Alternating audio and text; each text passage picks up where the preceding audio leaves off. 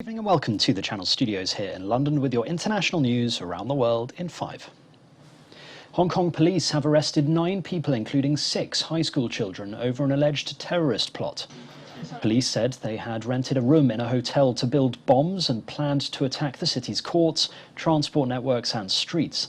The arrests come as Hong Kong's leader, Carrie Lam, warned against illegal ideas spreading through the city. Police said they seized a highly explosive chemical in the hotel room that was used as a laboratory for bomb-making equipment. The group is now being held under the national security law. Israel's parliament has failed to pass an extension to a controversial law barring Palestinians from the occupied West Bank or Gaza who marry Israelis from being granted citizenship rights.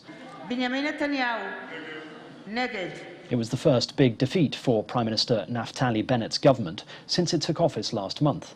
The legislation, which critics say is discriminatory, is now due to expire. Thousands of Palestinians previously unable to claim citizenship rights may now be able to do so. The ban was originally passed in 2003, at the time of the Second Palestinian Uprising.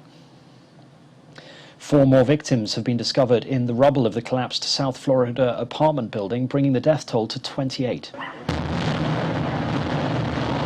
Rescuers were given the all-clear to resume work looking for victims after demolition crews set off a string of explosives that brought down the building's remains in a plume of dust. The move to demolish the partially collapsed building was considered urgent because of the approach of Storm Elsa. The demolition opened up a previously unreachable area for rescuers, although the chances of finding any survivors are now very low. A former challenger for the Belarusian presidency has been sentenced to 14 years in jail.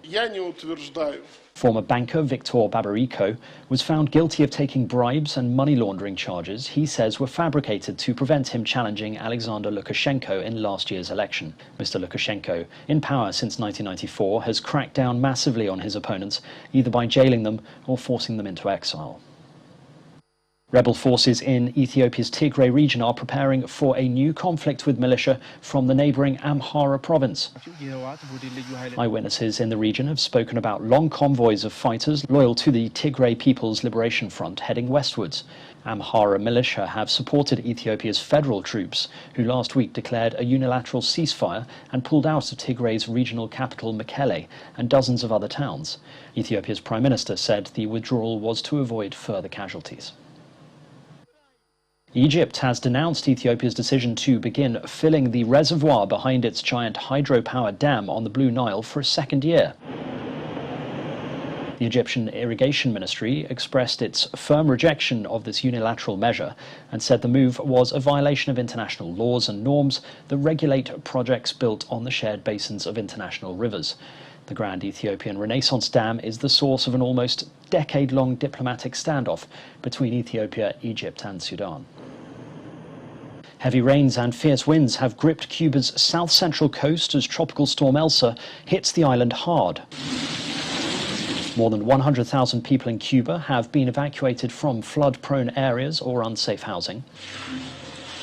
The U.S. National Hurricane Center said Elsa is expected to pass near the Florida Keys and move over portions of the west coast, adding that tornadoes were possible.